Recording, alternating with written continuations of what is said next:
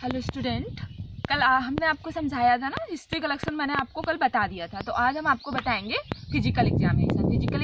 Physical मतलब शारीरिक, examination मतलब परीक्षण, शारीरिक परीक्षण के बारे में हम आपको ये बताएंगे। ठीक है, ये topic GNM second year student के लिए। तो चलो स्टार्ट करते हैं फिजिकल एग्जामिनेशन से। सबसे पहले हम लोग फिजिकल एग्जामिनेशन सबसे पहले एंथ्रोपोमेट्रिक मेजरमेंट देखते हैं। एंथ्रोपोमेट्रिक मेजरमेंट में हम लोग वेट देखेंगे, हेड की लेंथ देखेंगे, हेड सर्कमफ्रेंस देखेंगे और चेस्ट सर्कमफ्रेंस देखेंगे। वेट मतलब बेबी का वजन कितना है, तो जितना आपके बेबी का वजन होगा आप उतना लिख सकते हैं। उसके बाद वेट कितना है वो आप यहाँ पे लिखेंगे। फिर हेड टू हील लेंथ मतलब सर से लेके पैर तक कितनी लेंथ है बच्चे की, वो आप यहाँ पे सेंटीमीटर में लिखेंगे। उसके बाद हेड सर्कमफ्रेंस कितना है, वो आपका बेबी जितने ईयर का होगा, आप जितने मंथ का, जितने भी ईयर का लिख रहे होंगे, इन्फेंट का, टॉडलर का या फिर प्री स्कूल का, स्कूल जिसका बना रहे होंगे, तो उतने जिसका उसका हेड सर्कमफ्रेंस कितना है वहाँ यहाँ पे वो चीज़ लिखेंगे। चेस्ट सर्कमफ्रेंस में आप चेस्ट सर्कमफ्रेंस लिखेंगे अकॉर्डिंग टू बेबी एज के अकॉर्डिंग आप यहाँ पे हेड सर्कमफ्रेंस लिखेंगे। उसके बाद हाँ, एक चीज़ आप लोगों को बता दें कि एट द टाइम ऑफ मतलब जब बेबी न्यू बॉर्न होता है, तो जब वो फर्स्ट टाइम जब वो डिलीवर्ड होता है बेबी, तो उसका हेड सर्कमफ्रेंस बड़ा होता है रिलेटेड टू चेस्ट सर्कम, मतलब उसका चेस्ट सर्कमफ्रेंस ज़्यादा बड़ा होगा हेड से। ठीक है, मतलब हेड ज़्यादा बड़ा होगा चेस्ट से। तो ये आप ध्यान देना, अगर कोई भी न्यू बॉर्न बेबी ले रहा है तो वो हेड सर्कमफ्रेंस ज़्यादा लिखेगा और चेस्ट सर्कमफ्रेंस कम लिखेगा।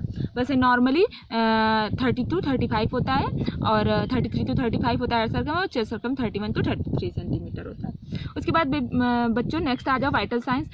जैसे हम लोग डेली डायरी में हमेशा लेते आते हैं टेम्परेचर, पल्स, रिस्पायरेशन, और मतलब टेम्परेचर देखेंगे बेबी का कितना है, पल्स कितनी थी, रिस्पायरेशन चेक करेंगे।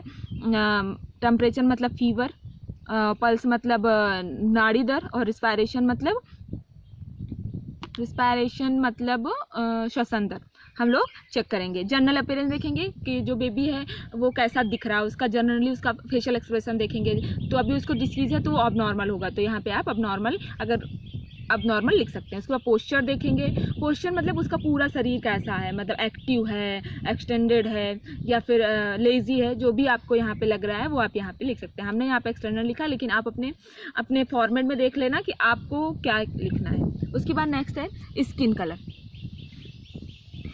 स्किन चेक करेंगे, मतलब त्वचा में देखेंगे। सबसे पहले कलर देखेंगे, bluish colour of the skin. हमने बेबी का ब्लूइश कलर लिखा, ऑक्सीजन की कमी लिखी। कि आप अपने बेबी का कलर लिख सकते हैं, नॉर्मल पिंक कलर लिख सकते हैं, रेड कलर लिख सकते हैं, नॉर्मल स्किन कलर लिख सकते हैं।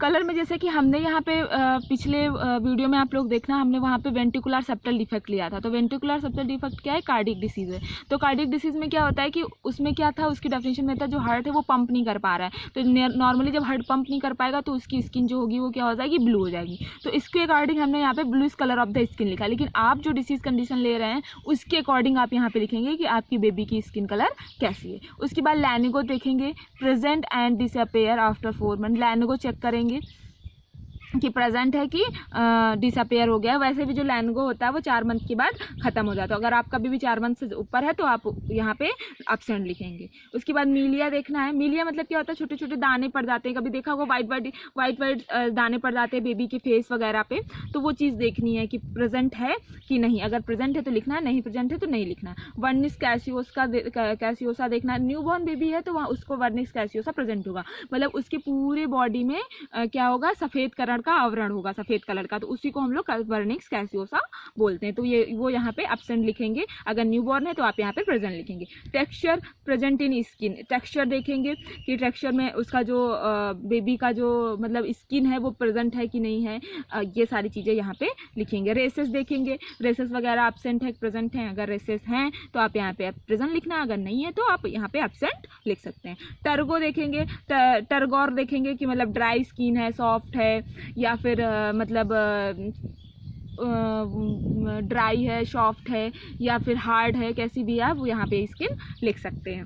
उसके बाद नेक्स्ट है हेड हेड में सबसे पहले हम साइज़ देखेंगे बेबी के हेड का। तो अगर नॉर्मल साइज़ है, अगर हाँ आप कोई हेड से रिलेटेड कोई प्रॉब्लम ले रहे हैं जैसे स्पाइना बिफिडा, हाइड्रोसिफाइलस, ये सारी डिसीज कंडीशन आप अगर ले रहे हैं तो वहाँ पे जो साइज़ होगा वो अब नॉर्मल साइज़ होगा हेड का। और अगर आप कोई जनरल कंडीशन ले रहे हैं तो वो यहाँ पे क्या होगा, साइज इज़ नॉर्मल। उसके बाद फॉन्टेनले चेक करेंगे।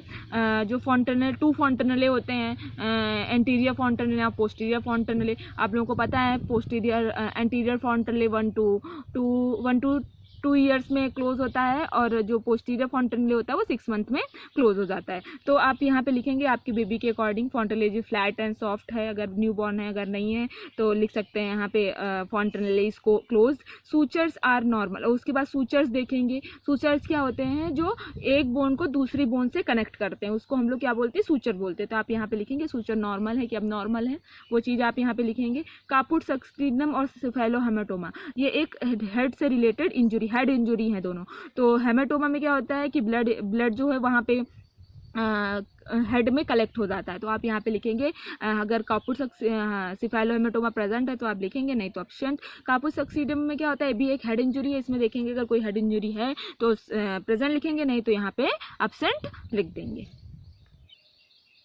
उसके बाद नेक्स्ट है आई में देखेंगे आईब्रोज देखेंगे। बोथ आईब्रोज आर इक्वल, दोनों इक्वल है कि नहीं। अगर इक्वल है तो आप यहाँ पे लिख देंगे बोथ आर आईज इक्वल। अगर नहीं है तो यहाँ पे डायरेक्ट लिख देंगे कि दोनों आईज जो हैं वो इक्वल नहीं है। उसके बाद स्क्लेरा चेक करेंगे। Sclera is the white colour normal. Normal क्या होता है, स्क्लेरा जो वाइट कलर की होती है नॉर्मली, तो आप यहाँ पे वाइट कलर लिख सकते हैं। अगर रेड है तो आप यहाँ पे रेड, या फिर अगर येलो आपको दिख रही है तो आप येलो या रेड यहाँ पे लिख सकते हैं अकॉर्डिंग टू डिसीज कंडीशन। अगर आई की कोई आप प्रॉब्लम्स ले रहे हैं तो आप यहाँ पे लिख सकते हैं। उसके बाद कॉर्निया देखिए, normal black colour of the cornea. Normal क्या होता है, कॉर्निया का जो कलर होता है वो ब्लैक होता है, तो आप यहाँ पे लिख देंगे normal black colour of the cornea.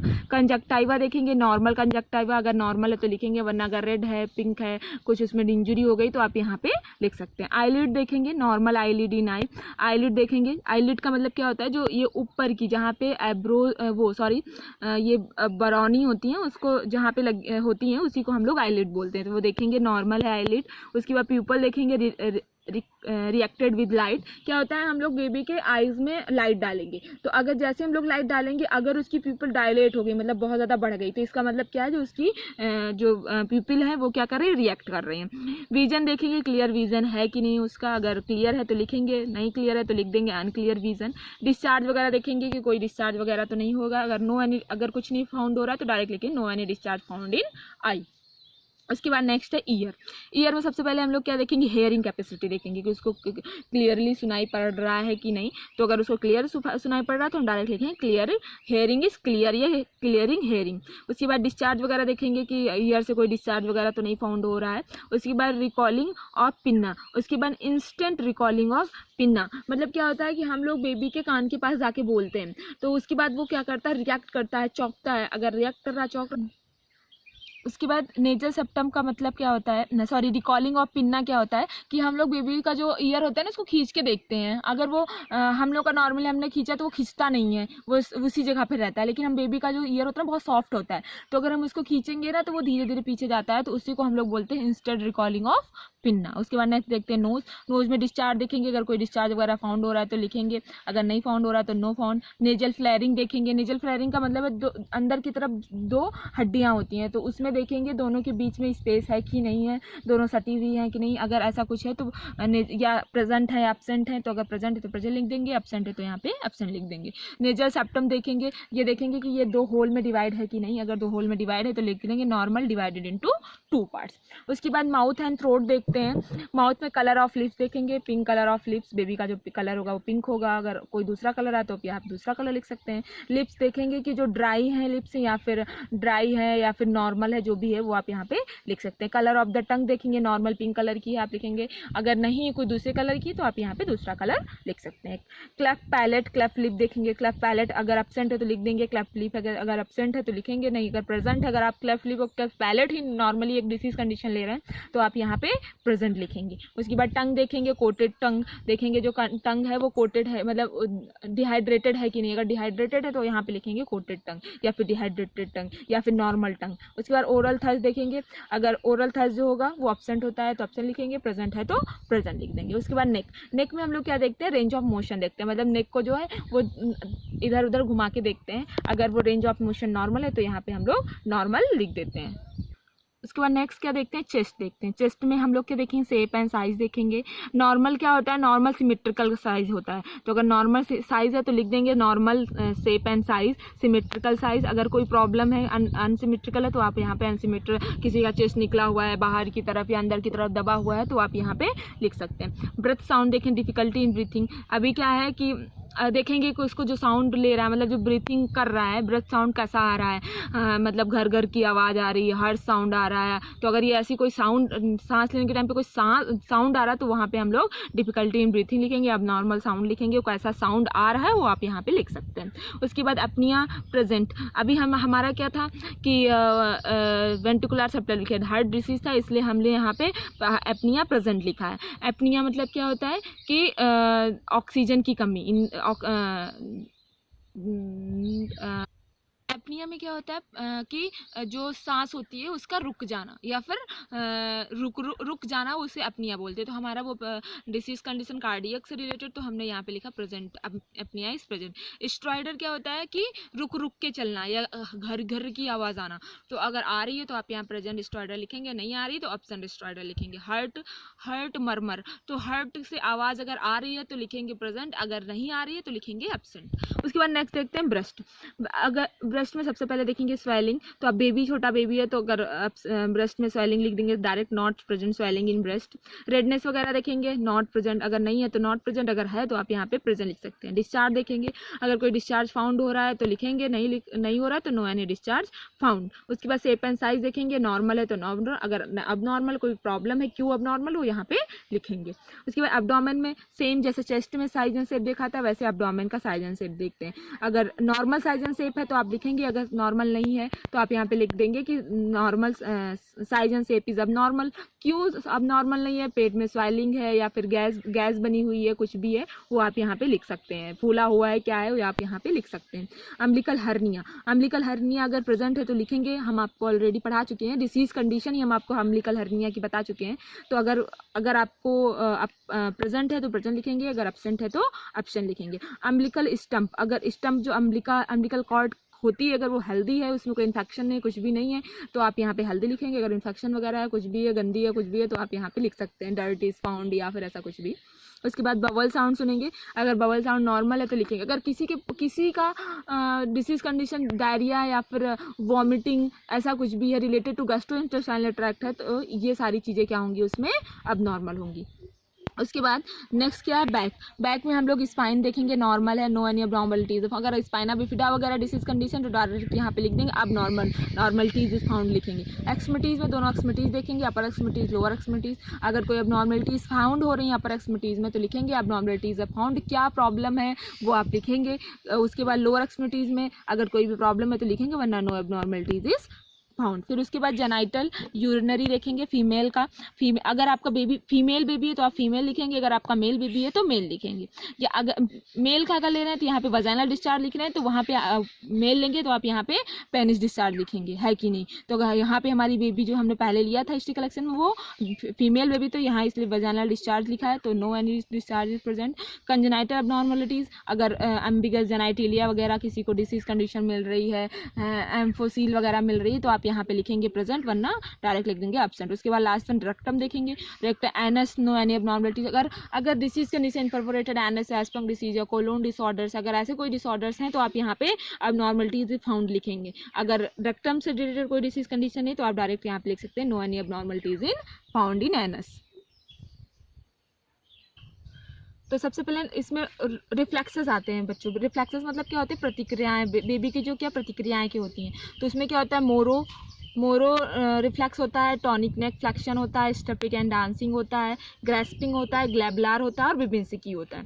तो मोरो रिफ्लेक्स में क्या होता है कि हम बेबी के पैर में बेबी के पैर में हम लोग क्या करते हैं, नहीं सॉरी, मोरो में हम क्या करते हैं, बेबी के पास कोई बहुत लाउड वॉइस कान के पास लेके जाते हैं। तो जैसे हम उसके कान के पास लाउड वॉइस लेके जाते हैं, वो अपनी सारी उंगलियां क्या कर देता है, ऐसे फैला, मतलब सारी उंगलियां क्या कर देता है, ऐसे फैला देता है, ऐसे फैला देता है, सारी उंगलियां ऐसे कस के ऐसे फैला देता है। तो उसी को हम लोग क्या बोलते हैं, मोरो रिफ्लेक्स बोलते हैं। तो अगर ऐसा कर रहा है बेबी तो हम प्रेजेंट लिखेंगे। दूसरा क्या, टॉनिक नेक रिफ्लेक्स। उसके बाद टॉनिक नेक रिफ्लेक्स में क्या करते हैं, हम लोग क्या करते हैं, बेबी को टॉनिक नेक रिफ्लेक्स में क्या करते हैं कि बेबी का अगर हेड हम राइट साइड करेंगे तो वो क्या करेगा, अपने राइट साइड का जो बटक्स है उसको भी उसी तरफ अपवर्ड कर, जिस तरफ हम उसको नेक करेंगे उसी तरफ वो अपना बटक्स भी उसी तरफ एक्सटेंड कर लेगा, मतलब उसी तरफ कर लेगा। उसको हम लोग क्या बोलते हैं, टॉनिक नेक रिफ्लेक्स। उसके बाद स्टेपिंग एंड डांसिंग। स्टेपिंग और डांसिंग रिफ्लेक्स का क्या मतलब है कि हम उसको खड़ा करेंगे बेबी को, जैसे तो वो चलने की कोशिश करेगा और हाथ को ऊपर करने की कोशिश करता है। उसके बाद ग्रैस्पिंग में क्या होता है कि हम बेबी के हाथ में उंगली पकड़ाते हैं, तो जैसे हम उसको पकड़ाएंगे उंगली, वो उंगली को पकड़ लेता है। तो उसको अगर उंगली को उसने पकड़ लिया तो वो क्या हो गया, ग्रैस्पिंग रिफ्लेक्स हो गया। उसके बाद ग्लैबुलर रिफ्लेक्स। ग्लैबुलर रिफ्लेक्स में क्या करते हैं, ग्लैबुलर रिफ्लेक्स में क्या करते हैं कि हम लोग जो बेबी है, बेबी के नोज की ब्रिज, मतलब नोज ब्रिज के ऊपर हम लोग क्या करते हैं, टैपिंग करते हैं। नोज ब्रिज जो नोज के ऊपर हम लोग क्या करेंगे, ऐसे टैपिंग करेंगे, तो क्या होगा, वो अपनी आंखों को क्लोज करेगा, मतलब दोनों एब्रोज के बीच में ले जाके हम लोग क्या करेंगे, वहाँ टैपिंग करेंगे, तो जिससे क्या होगा, वो दोनों आंखें बंद कर लेता है। तो अगर ये प्रेजेंट लिखेंगे। बिबिन्स्की में क्या होता है कि हम लोग बेबी के पैर में, पैर के सोल में, मतलब तलवे में क्या करेंगे, नीचे से ऊपर की तरफ कस के तेज से ले जाके, मतलब ऐसे करेंगे, ऐसे करेंगे, ऐसे करते हैं ऐसे। तो जब हम ऐसे करेंगे तो बेबी जो क्या करेगा, अपना अंगूठा एक्सटेंड कर लेगा। तो अगर उसने अंगूठा एक्सटेंड किया तो वो क्या हो गया, ग्लैबुलर बिबिन्स्की हो गया, उसको हम लोग बिबिन्स्की बोलते हैं। उसके बाद फीडिंग रिफ्लेक्स होता है, तो उसमें फीडिंग रिफ्लेक्स सबसे पहले आता है रूटिंग रिफ्लेक्स। रूटिंग में क्या करते हैं, हम बेबी के जो लिप्स होते हैं कॉर्नर में हम लोग बेबी के लिप्स के कॉर्नर की तरफ हम लोग धीरे धीरे उसको क्या करते हैं, सहलाते हैं। तो जैसे हम उसको सहलाते हैं तो उसको लगता है कि कोई हमें फीडिंग करा रहा है, तो वो तुरंत अपना माउथ ओपन कर लेते हैं। तो अगर वो माउथ ओपन कर रहा है तो मतलब उसको प्रेजेंट है। सकिंग क्या होता है कि हम लोग उसको कुछ भी दे देते हैं मुँह में डालने के लिए, वो तुरंत सक करना स्टार्ट कर देता है, चाहे वो पेन हो, पेंसिल हो, निप्पल से कुछ भी आता है, सक करना स्टार्ट, तो उसको हम लोग सकिंग। सॉलोइंग का मतलब है कि जो अपनी अंदर की तरफ लेने लगता है, मतलब घुटने को हम लोग सॉलोइंग रिफ्लेक्स बोलते हैं। उसके बाद क्या है कि गैग का मतलब क्या होता है कि हम लोग उसको कुछ भी खाने के लिए देते हैं तो क्या होता है, बोलते हैं ना कभी कभी कि खाना दूसरी नली में चला गया, तो अगर वो दूसरी नली का मतलब फेरिंग्स में चला गया या फिर कहीं और चला जाता है खाना, तो क्या करता है, वो जो बेबी है उसको बाहर की तरफ निकाल देता है। तो जो बाहर की तरफ निकाल रहा है प्रतिक्रिया, उसे हम गैग रिफ्लेक्स बोलते हैं। उसके बाद नेक्स्ट है प्रोटेक्टिव रिफ्लेक्स में क्या होता है, ब्लिंकिंग रिफ्लेक्स का मतलब क्या होता है कि वो अपनी आइज़ को ब्लिंक करेगा। और उसके बाद कफिंग एंड स्नीज का रिफ्लेक्स मतलब वो खांसेगा और स्नीज करेगा। थैंक यू स्टूडेंट, ये आज का टॉपिक। अगर आपको कोई भी इसमें प्रॉब्लम्स हो, कोई भी डाउट्स हो तो आप हमसे क्लियर कर सकते हैं। Thank you.